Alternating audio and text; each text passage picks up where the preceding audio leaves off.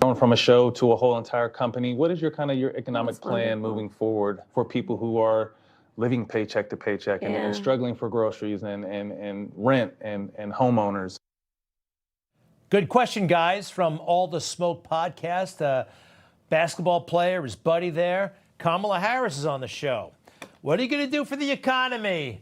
Well, she had lots of time to prepare, right? I mean, let's face it, the previous answers to this question were lame, right? Do you believe Americans are better off than they were 4 years ago? So I was raised as a middle-class kid. I grew up in a middle-class family. This is personal for me. The middle class is where I come from. Well, I'll start with this. I grew up a middle-class kid. Okay, look, that got panned by us, conservatives, and even the liberals were kind of grumbling about it. Can't she say something? So she's had a couple of weeks, right? Not talking to the press. She can burrow down into those books and come up with a real answer. Just kidding. Sorry, fellas.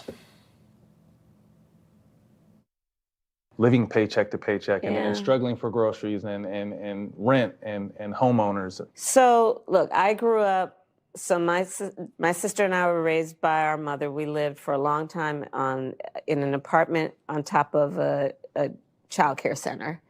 That child care center was actually owned by a woman who lived 2 doors down from us, Mrs. Shelton, who was, by all of our accounts and feelings, our second mother. She helped raise us. And it goes on like this. What are we supposed to do? Find Mrs. Shelton? Will she know what to do?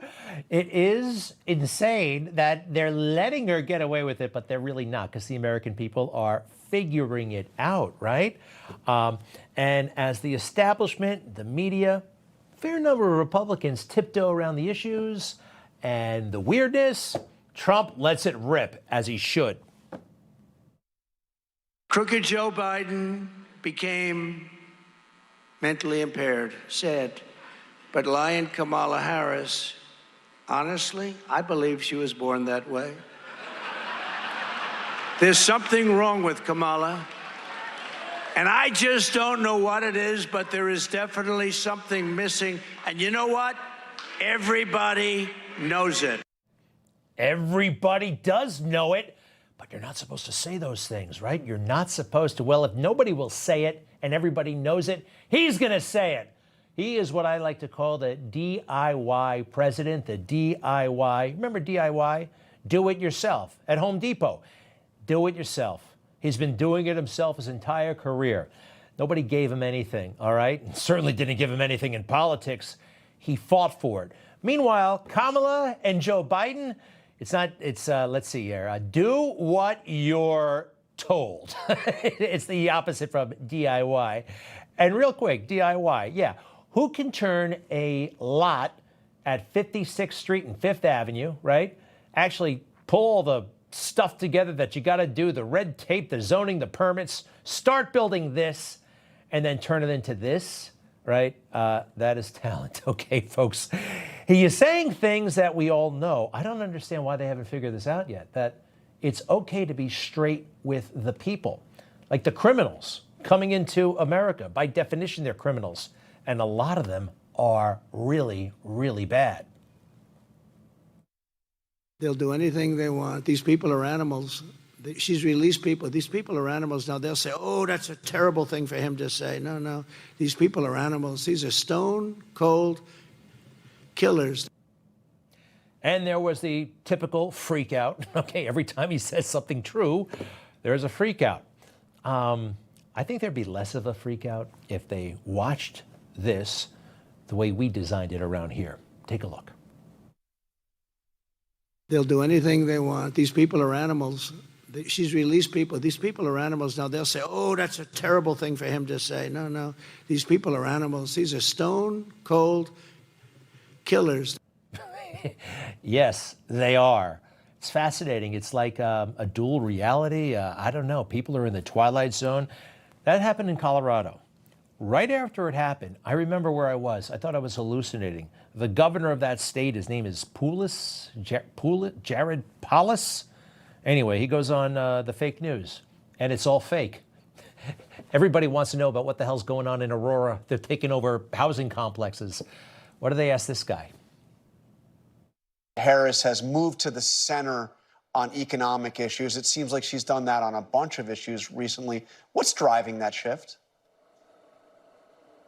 Well, look, I think it's a sign of a good leader that they learn and evolve over time. Candidates moved as far as they could to the progressive left. Did it go too far? Well, look, the Democrats are a broad tent party. She no longer favors Medicare for all, which would be, government-run health insurance for everybody. Do you have a sense of why it changed? I mean, and does she need to explain that? All right, as they try to figure out what Kamala Harris's ideal messaging is, that crazy gang from Venezuela took over a neighborhood. And they don't even bother to ask this leading Democrat about that, huh? Hey, just noticed a gang is taking over part of your state. Care to comment, Governor? Anyway, remember this? Did you learn it in school? Live free or die. Patrick Henry, founding father of the United States. Doesn't that sound great? Of course it does. And more, I think sooner or later, hopefully far later, that actually just might be an option for some of us. Some people are actually uncomfortable by this sentiment these days. It's politically incorrect. It's not, of course. It's part of our heritage, part of our fabric. Go up to New Hampshire. It's actually still officially the state motto of New Hampshire.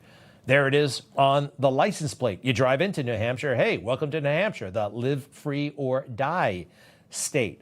That sounds like a beautiful American value, doesn't it?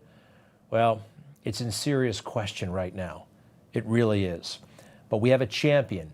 We have a couple of champions. President Trump, millions of people all over the place, and also the guy who made this thing happen.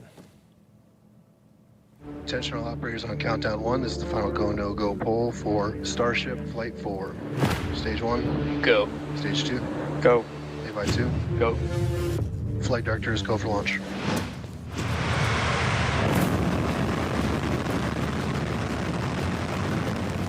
We have liftoff. So it's not NASA doing that. It's Elon Musk. Elon Musk, a native of South Africa, came here because he wanted to be here, an American citizen now, and one of the most gifted men in the universe. The stuff that he is saying is awesome, and I'll get to it in a moment. We have somebody else who's been hanging around for a long... There he is, at the top of his... I think they call it the Star Park. Look at that. He's looking out on a sea of rockets. How cool is this guy? And then you have another man of influence, not nearly as wealthy, although maybe he is. Didn't he marry the Heinz ketchup lady? Yeah, John Kerry. I'm John Kerry, and I am reporting to duty. The contrast between this guy and Elon Musk, it is amazing. John Kerry, in my book, actually is a traitor, right? That stuff that he did when he got back from Vietnam and that whole phony stint over there. But let's start with Elon Musk, talking about the election coming up. Everybody should be familiar with these thoughts. They're important. Very few Americans realize that if Trump is not elected, this will be the last election. Far from being a threat to democracy, he is the only way to save it. Wow. Next, please. Let me explain. If even 1 in 20 illegals become citizens per year, something that the Democrats are expediting as fast as humanly possible, that would be about 2 million new legal voters in 4 years. Next. The voting margin in the swing states is often less than 20,000 votes. That means if the Democratic Party succeeds, there will be no more swing states. Moreover, the Biden-Harris administration has been flying asylum seekers who are fast-tracked to citizenship directly into swing states like Pennsylvania, Ohio, Wisconsin, and Arizona. It is a surefire way to win every election. America then becomes a one-party state and democracy is over. The only elections will be the Democratic Party primaries. This already happened in California many years ago following the 1986 amnesty. The only thing holding California back from extreme socialism and suffocating government policies is that people can leave California and still remain in America. Once the whole country is controlled by one party, there will be no escape. That is a very serious situation. Don't we all agree? And then we have John Kerry. John Kerry. I knew he was a traitor all the way back in the 1960s and 70s, and here he is again. He doesn't like democracy. He doesn't like freedom of the press. Look, if people go to only one source and the source they go to is sick and, has an agenda and they're putting out disinformation, our First Amendment stands as a major block to the ability to be able to just, hammer it out of existence. So, hammer it out of existence. As soon as we do that with the First Amendment, when we hear things that we don't like, as if the New York Times isn't poisoning everybody, right? CNN. Wow. How about that? He really was a traitor. He is a traitor. Said something else. I think democracies are very challenged right now and have not proven they can move fast enough or big enough to deal with the challenges that we are facing. Perhaps you'd be more comfortable in China, North Korea, perhaps.